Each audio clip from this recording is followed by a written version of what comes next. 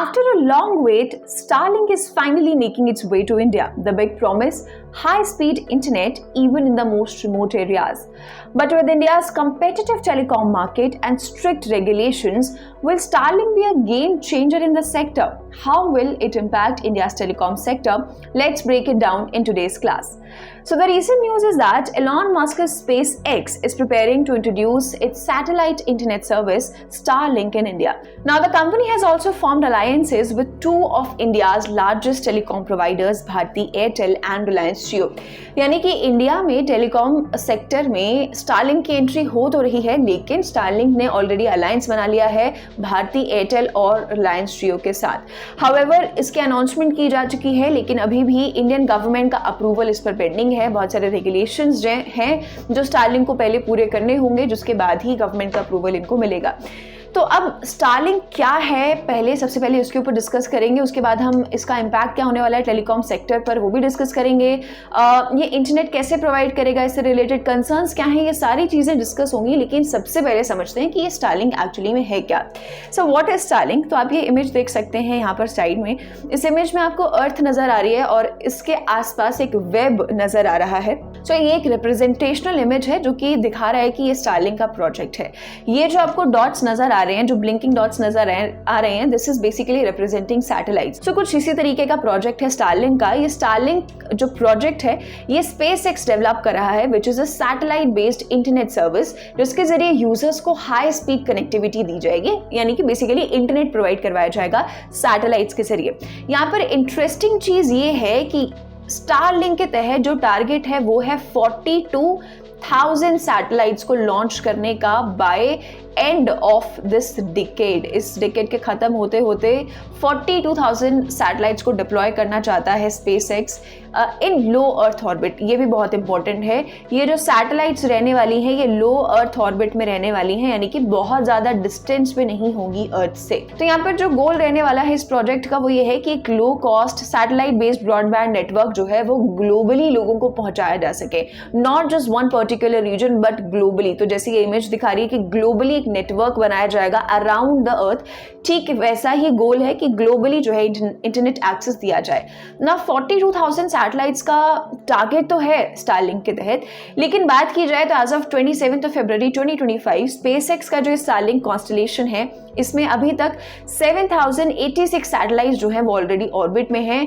और 7,052 हैं इसमें से जो कि ऑपरेशनल है, यानी कि जो काम कर रही हैं, जो इंटरनेट प्रोवाइड कर रही हैं अलग अलग रीजन्स में, अलग अलग कंट्रीज में, राइट। अब बात की जाए तो एक स्टारलिंक सैटेलाइट जो है वो एक नॉर्मल सैटेलाइट से अलग है। कैसे अलग है? जो नॉर्मल ट्रेडिशनल सैटेलाइट होती है वो जियो स्टेशनरी सैटेलाइट्स पर रिलाई करती है। जो जियो स्टेशनरी सैटेलाइट्स होती हैं वो एक ही जगह पे रहती हैं, वो मूव नहीं करती हैं, काफ़ी ज़्यादा डिस्टेंस पर भी होती हैं।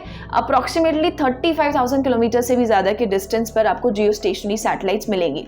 लेकिन वहीं अगर हम स्टारलिंक सैटेलाइट्स की अगर बात करते हैं तो ये सैटेलाइट्स जो हैं कॉन्स्टेंटली मूव करती रहती हैं, यानी कि सिर्फ एक ही जगह पे नहीं रुकती हैं।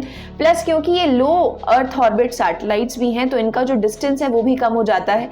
350 से 1200 किलोमीटर के डिस्टेंस पर ही इन सैटेलाइट्स को रखा जाएगा। अब इसका मतलब क्या है? ठीक है, ये जियो स्टेशनरी सैटेलाइट से अलग है, नॉर्मल सैटेलाइट से अलग है, तो इससे क्या फर्क पड़ता है? इससे फर्क इसलिए पड़ता है क्योंकि अगर ऐसा होता है, अगर स्टारलिंक सैटेलाइट्स इस तरीके से हैं तो इसका मतलब ये है कि इनकी जो डेटा की स्पीड है वो ज़्यादा फास्ट होगी, ज़्यादा बेहतर स्ट्रीमिंग होगी, बेहतर गेमिंग एक्सपीरियंस होगा और लेटेंसी परफॉर्मेंस भी ज़्यादा बेटर होगी। लेटेंसी की अगर बात की जाए तो लेटेंसी मैं आपको बता दूं कि जितनी ये कम होती है उतना ही अच्छा होता है। लेटेंसी जितनी ज़्यादा होगी यानी कि इंटरनेट कनेक्शन उतना स्लो होगा, लेटेंसी जितनी कम यानी इंटरनेट कनेक्शन उतना स्ट्रॉन्ग। सो अगर बात की जाए लेटेंसी की इन स्टारलिंक प्रोजेक्ट, तो यहाँ पर जो लेटेंसी एंटिसिपेट की जा रही है वो है 20 to 40 milliseconds, right. Milliseconds में इसे जो है काउंट किया जाता है, तो 20 to 40 मिली सेकेंड्स जो है यहाँ पर लेटेंसी देखने को मिलेगी, जो कि यूजुअल सैटेलाइट्स में कम देखने को मिलती है, कि इंटरनेट में कम देखने को मिलती है। सो ये बेसिकली स्टारलिंक प्रोजेक्ट है जिसके तहत 42,000 सैटेलाइट्स का नेटवर्क बनाया जाएगा अराउंड अर्थ, उनको लो अर्थ ऑर्बिट में रखा जाएगा और इन्हीं सैटेलाइट्स के जरिए इंटरनेट प्रोवाइड करवाया जाएगा।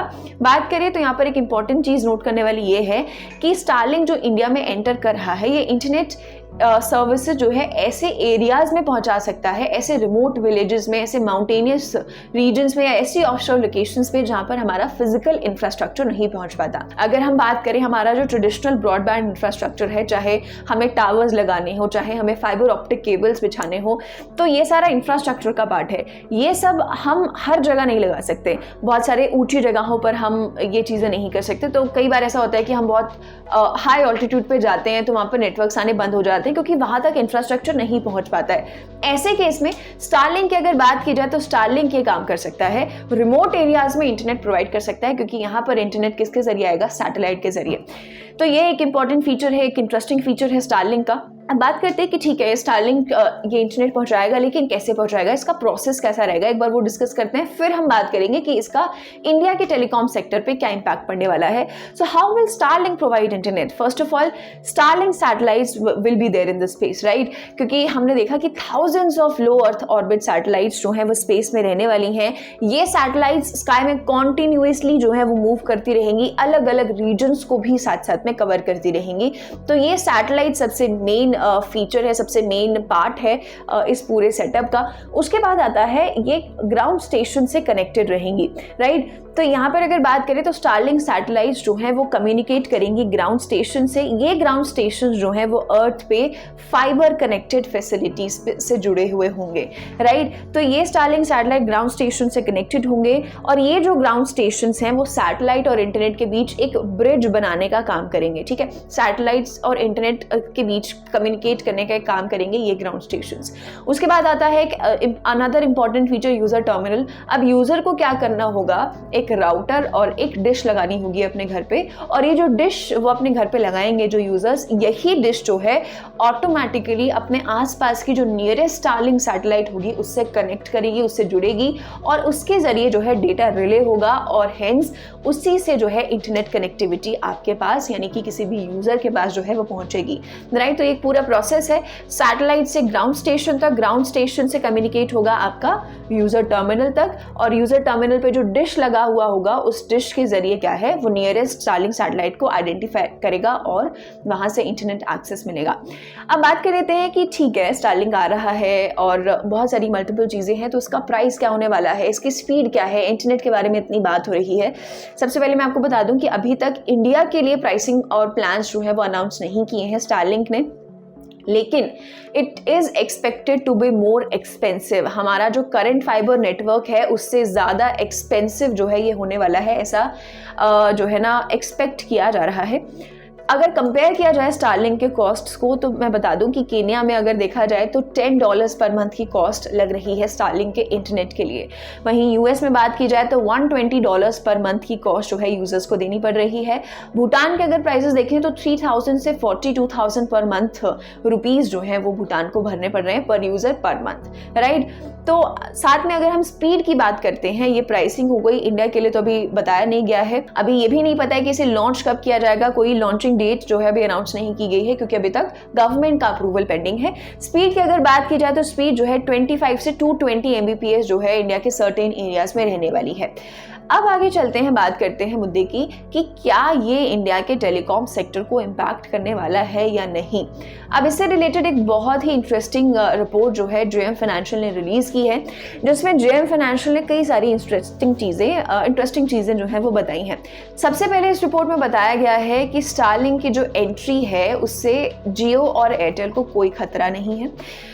जब से स्टारलिंक की न्यूज़ आई है बहुत सारे एंटिसिपेशंस हैं कि क्या ये जियो के लिए, एयरटेल के लिए, बड़े बड़े टेलीकॉम जायंट्स के लिए कंपटीशन बन सकता है, खतरा बन सकता है इंडिया के लिए। तो इस रिपोर्ट में कहा गया है कि स्टारलिंक की एंट्री जो है इंडिया के ब्रॉडबैंड मार्केट में, it is unlikely to pose a significant threat to telecom giants like Jio and Airtel. तो कोई बड़ा खतरा जो है इस रिपोर्ट में कहा गया है कि नहीं है जियो और एयरटेल को। क्यों नहीं है वो भी बताया हुआ है।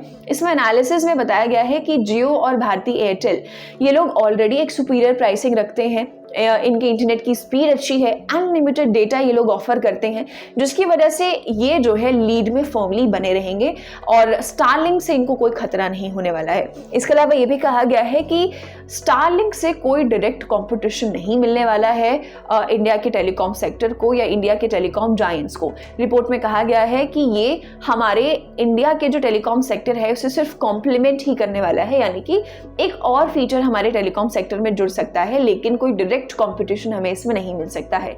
जैसे हमने पहले भी डिस्कस किया था कि ये रिमोट एरियाज में, अंडर सर्व्ड रूरल एरियाज में जो है इंटरनेट पहुंचाने का अच्छा काम कर सकता है, जहां पर फिजिकल इंफ्रास्ट्रक्चर नहीं पहुंच सकता। तो ऐसे में ये कॉम्प्लीमेंट जरूर कर सकता है इंडिया के टेलीकॉम सेक्टर को, लेकिन चैलेंज नहीं कर सकता या डायरेक्ट कंपटीशन नहीं दे सकता है बड़े बड़े प्लेयर्स को या इंडिया के टेलीकॉम सेक्टर को, ऐसा इस रिपोर्ट में बताया गया है। इसके अलावा रिपोर्ट में एक इंटरेस्टिंग प्राइसिंग डिटेल भी जो है शेयर की गई है, जिसमें बताया गया है कि स्टारलिंक की जो सैटेलाइट इंटरनेट सर्विस है, ये जो प्लान है ग्लोबली, वो $10 से $500 पर मंथ जो है वो रहता है, यानी $10 से $500 पर महीना जो है ग्लोबली यूजर्स को देना पड़ रहा है स्टारलिंक का इंटरनेट एक्सेस करने के लिए। साथ साथ में एक एडिशनल कॉस्ट आती है हार्डवेयर जो आप लगाएंगे, उसके लिए भी $250 से $380 की कॉस्ट जो है वो लगेगी। अब इसका कॉन्ट्रास्ट देखें, अब देखें कि इंडिया में क्या हो रहा है। तो इन कॉन्ट्रास्ट अगर बात की जाए तो इंडिया की जो टेलीकॉम कंपनीज हैं वो बहुत ही सस्ते में $5 to $7 पर मंथ में जो है होम ब्रॉडबैंड प्लान्स जो हैं वो ऑफर कर रही हैं, जिसमें अगर किसी को प्रीमियम प्लान भी लेना है लेट्स से, तो वो भी आपको क्या है 47 पर मंथ डॉलर्स पे जो है वो मिल जाएगा। तो यहाँ पे बहुत ज़्यादा डिफरेंस जो है स्टारलिंक के प्राइसेस में और इंडिया के टेलीकॉम कंपनीज के प्राइसेस में जो है वो देखने को मिल रहा है। रिपोर्ट में कहा गया है कि क्योंकि इंडिया एक प्राइस सेंसिटिव मार्केट है, तो स्टारलिंक की जो ये हाई कॉस्ट्स हैं वो इसे लेस कंपेटिटिव जो है यूजर्स के लिए बना सकते हैं, बिकॉज ऑब्वियसली किसी के पास सस्ता और बेटर ऑप्शन अवेलेबल है, हाई स्पीड इंटरनेट अवेलेबल है, तो कोई क्यों चूज करेगा। सो ये इंडिया के टेलीकॉम सेक्टर के लिए डायरेक्ट थ्रेट नहीं है, टेलीकॉम जायंट्स के लिए भी डायरेक्ट थ्रेट नहीं है। रिपोर्ट में कहा गया है कि ये इंडिया के टेलीकॉम सेक्टर को क्या करेगा, कॉम्प्लीमेंट ही करेगा बेसिकली। और ये जो पूरी एनालिसिस की गई है इस रिपोर्ट में, इसमें लास्ट में यही रिइंफोर्स किया गया है कि इससे रूरल और जो अंडर सर्व्ड एरियाज हैं वहाँ पर इंटरनेट जो है इजीली पहुँचाया जा सकता है। अब बात कर लेते हैं कि ठीक है इंटरनेट पहुँचाया जा सकता है और मल्टीपल चीज़ें हैं, अच्छा इंटरनेट प्रोवाइड कर सकती है स्टारलिंक, लेकिन इससे रिलेटेड कंसर्न्स क्या हैं। तो सबसे पहला जो कंसर्न है वो है dependency on single provider. Dependency on single provider is a concern associated with Starlink. For example, अभी यूरोपियन गवर्नमेंट्स जो हैं वो वरीड हैं इस चीज़ को लेकर कि कहीं वो बहुत ज़्यादा स्टारलिंक पर रिलाई ना कर जाएं। क्यों? Because at the end of the day जो स्टारलिंक है ये आपकी यूएस बेस्ड एक प्राइवेट कंपनी ही है, right? US based private company ही है at the end of the day. किसी भी तरीके का कोई पॉलिसी आउटेज होता है, कोई जियोपॉलिटिकल शिफ्ट हमें देखने को मिलता है या कोई भी पॉलिसी चेंज होती है, तो इससे क्या है एसेंशियल ऑपरेशंस किसी भी कंपनी के डिसरप्ट हो सकते हैं अगर वो कंप्लीटली स्टारलिंक पे डिपेंड करते हैं या कहीं भी डिपेंडेंसी आ जाती है स्टारलिंक के ऊपर, तो ये एक कंसर्न आ जाता है। तो ऐसे में यूरोपियन गवर्नमेंट्स भी बहुत ज़्यादा वरीड हैं, क्योंकि अगर स्टारलिंक के इंटरनेट का इस्तेमाल किया जा रहा है मिलिट्री के कम्युनिकेशंस के लिए, क्रिटिकल कम्युनिकेशंस के लिए, तो ये not only just European governments but India के लिए भी एक कंसर्न आगे चल के बन सकता है अगर स्टारलिंक को बहुत ज़्यादा इन्वॉल्व किया जाता है या बहुत ज़्यादा इंटरनेट एक्सेस दिया जाता है। इसके अलावा बात की जाए तो दूसरा एक कंसर्न ये है इससे रिलेटेड कि इसका एस्ट्रोनॉमी पे इम्पैक्ट पड़ रहा है।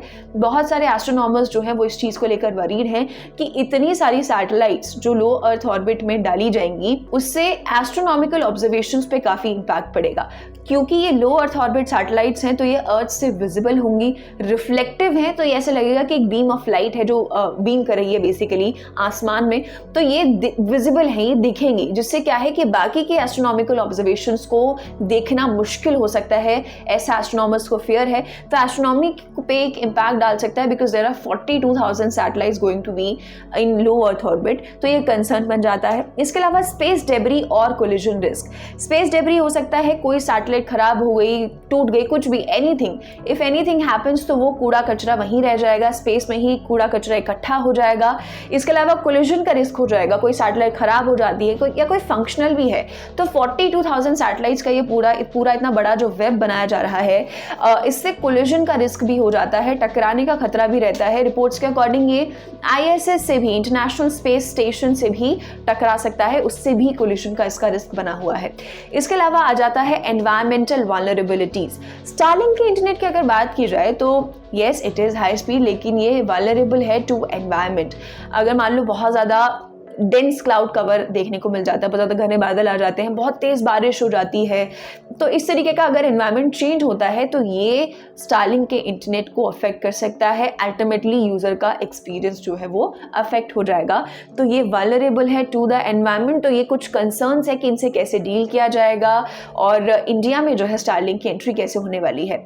लेकिन अगर ओवरऑल देखा जाए तो स्टारलिंक जो है बहुत सारे बड़े बड़े शहरों में, इंडियन सिटीज़ में जो है बहुत ज़्यादा पॉपुलर होने के उसके कम चांसेस हैं, क्योंकि वहाँ पर ऑलरेडी 5G ब्रॉडबैंड प्लान्स जो हैं वो चल रहे हैं, अच्छे तरीके से चल रहे हैं, अच्छी स्पीड आती है। हालांकि अगर बात की जाए तो ये रूरल एरियाज़ में या अंडर सर्व्ड एरियाज़ में जो है, ये माउंटेनियस रीजन्स में जो है अच्छा काम कर सकता है, अच्छा पोटेंशियल है इसका।